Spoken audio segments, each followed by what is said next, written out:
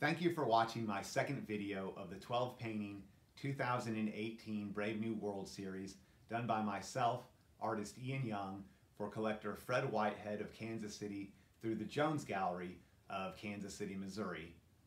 This second painting I did for the 2018 series is titled Central Hatcheries Unit, Henry Foster's Nursery, where the human beings are grown.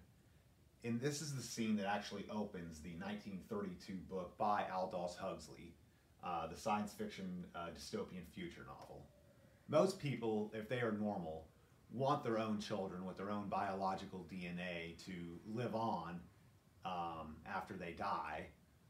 Most of us have pressure to carry on the family name and so on and so forth. Personally, I've never had any interest in making a miniature version of myself and seeing if that person grows up to be a functioning adult. That notion has always kind of terrified me personally. But even I have to admit, the first time I watched or read the novel, this scene really freaked me out. Because even back when it was written, we had the technology and government to implement this sort of mass production of people if we really wanted to, which Aldous Huxley muses will become law sometime after 2060, 2070 on our time scale, after a third world war takes place. I'd only be in my 70s or 80s if that were to happen, and I hope it doesn't, and I highly doubt it will, but a lot of science fiction from 100 years ago has come to pass, so it's not completely impossible. Nothing's impossible, and it's definitely not impossible for one day us as a species to live on through scientific measures rather than viviparous birth or the old-fashioned way.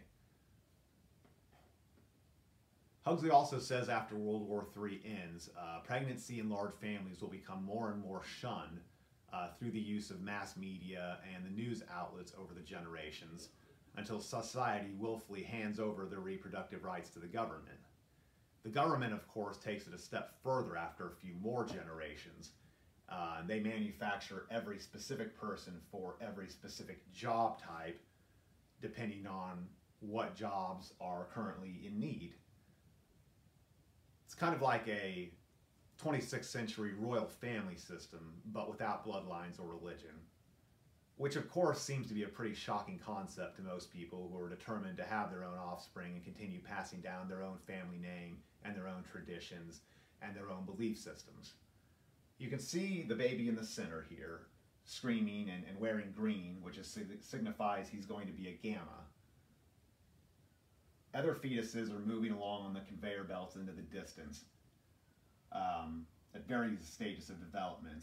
The different colors signify what case they're going to be. Purple is beta, green is gamma, yellow is delta, black is epsilon, and so on and so forth. These hanging screens are of alphas supervising the work being done to create the proper human beings at the proper rates. Like with any other jobs, you have a boss, and their boss has a boss, and their boss has a boss, like any other hospital.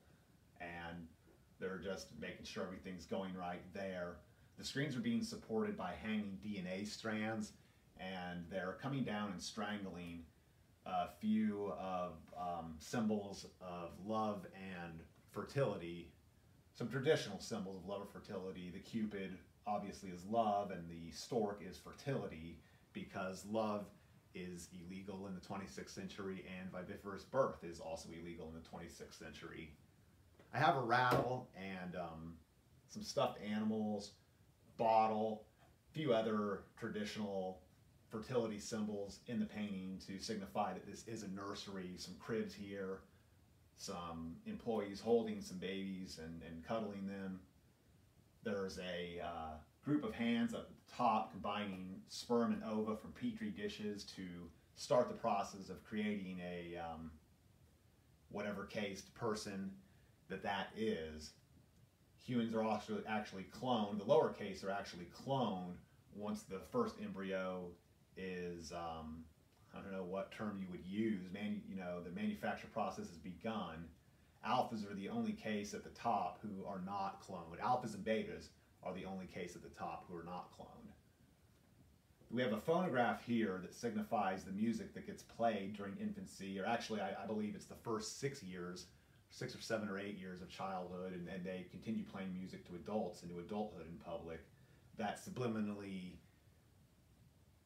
makes the child or infant or young adult want to do the work that the state wants them to do.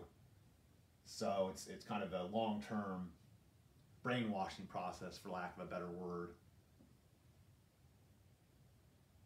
I did include some cribs, like I mentioned before.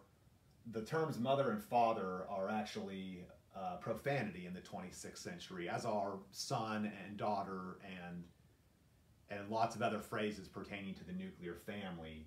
And by profane, I don't mean like you might get bleeped on the radio, but more profane like if they recorded you saying it, you might lose your job and might not get hired at another job, sort of profane. It's something that could follow you around if you were to use those sorts of words in the 26th century. They're associated with abuse and sadism and control, basically. You know, like the control that parents do have over their kids, and kids have over their parents later on in life.